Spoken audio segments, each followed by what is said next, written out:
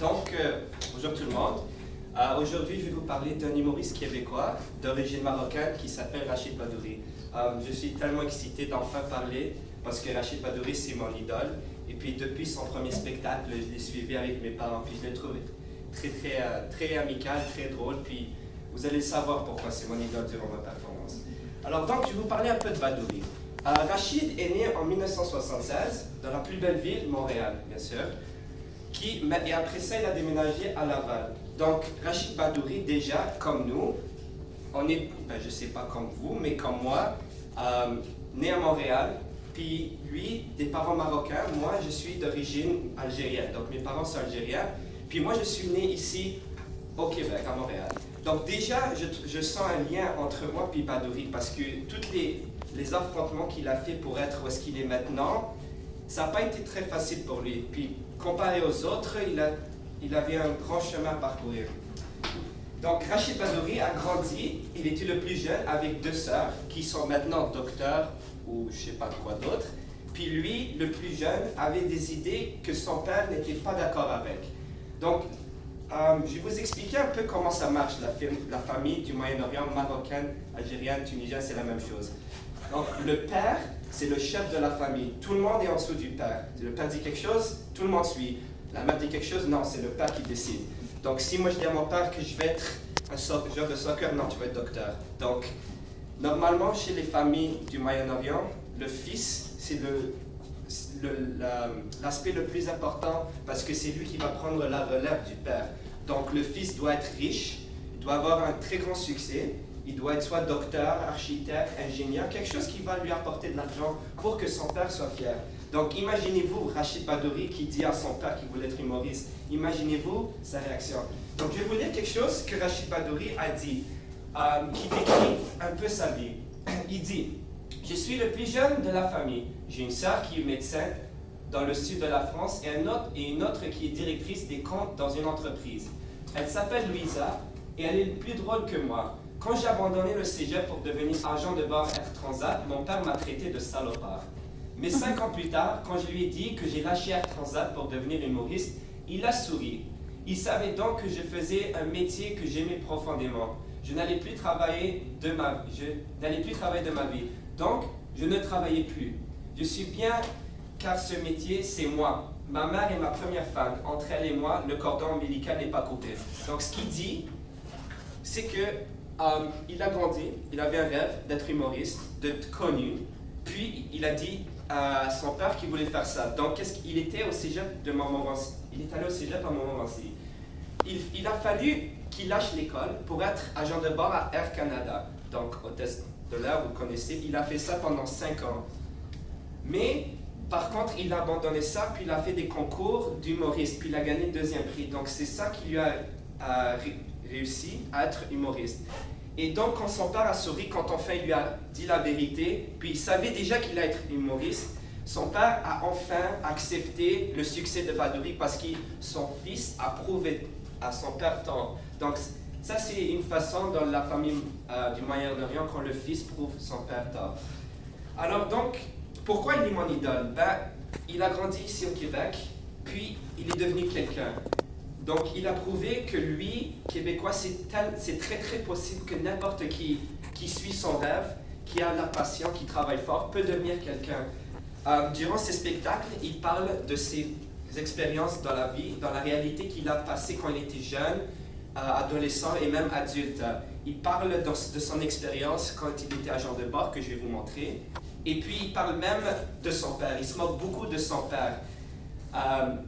Ce qu'il dit de son père avec l'accent, le salopard et tout ça, c'est pas vraiment...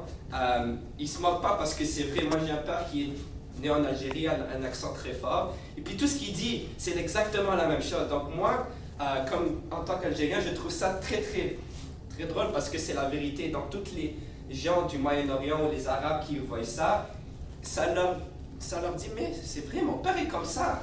Donc, on se moque de notre propre problème, enfin, puis ça nous fait du bien dans notre vie.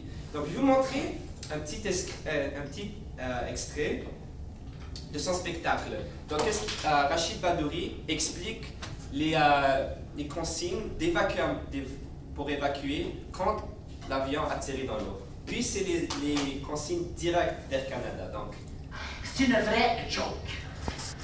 Je vous ai amené, c'est pas des farces, une copie des procédures d'urgence à suivre en cas d'amérissage. Ça, un amérissage, c'est un atterrissage sur l'eau, OK? Sur l'eau, OK? Bon. Écoutez bien, s'il vous plaît. Après l'arrêt complet de l'appareil, vérifiez les conditions extérieures par le hublot. Ouvrez la porte, enclenchez le gonflement du radeau de sauvetage et attendre le gonflement complet. Ensuite, annoncez les directives suivantes aux passagers. Sautez, glissez, éloignez-vous au fond du radeau. Une fois l'avion évacué, assurez-vous qu'il ne reste aucun passager en repassant 3 fois dans l'allée. Et s'il vous plaît, soyez attentifs. Et n'oubliez pas, en tout temps, gardez le sourire. What the fuck? Ça voudrait dire que si l'avion s'écrase, il faudrait que je fasse à go, faites-moi un boom. 1, 2, 3, go.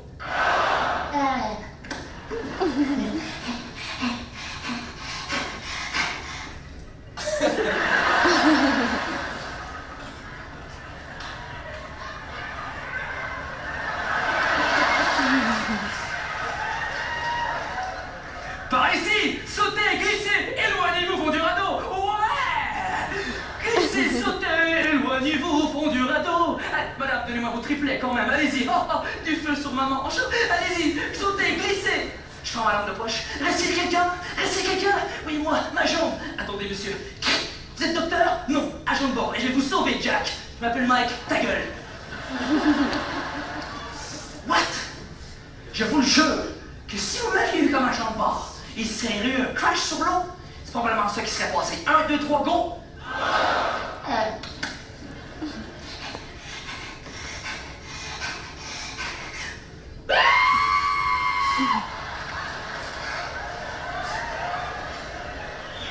Je serai le premier à sortir de l'avion. Tout seul dans le radeau.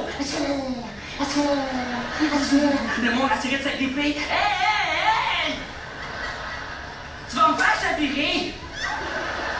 Fais pas ton égoïste, c'est juste une lame. Je suis arrivé sur une île, tout seul, et comme dans les rêves. alors donc, comme ça, il se moquait complètement des instructions d'évacuement d'Air Canada. Donc, ces spectacles sont plus ou moins comme ça. Il a un sujet, il se moque de la réalité. Il explique la différence entre le Maroc et puis le Québec. Les différences, il s'est même moqué des toilettes au Maroc, qu'au Maroc, il n'y a pas des toilettes, c'est des trous. Puis ici, au Québec, on a des belles toilettes. Alors donc, un peu pour connaître la personnalité de Badouri. Badouri, c'est un fils de maman. Donc, sa mère est morte il n'y a pas longtemps, je crois en 2010-2011. Puis ça l'a touché énormément parce que sa mère, durant toute sa période, était la première supporter de Badouri. Elle lui a toujours dit de poursuivre ses rêves et de jamais abandonner. Au contraire, quand son père lui a dit non, il ne faut pas que tu sois ça, il faut que tu sois un docteur ou quelque chose comme ça, quelque chose qui va apporter de l'argent. Donc c'est pour ça, je trouve, comme il a réussi, il a poursuivi, il est là. Donc merci beaucoup.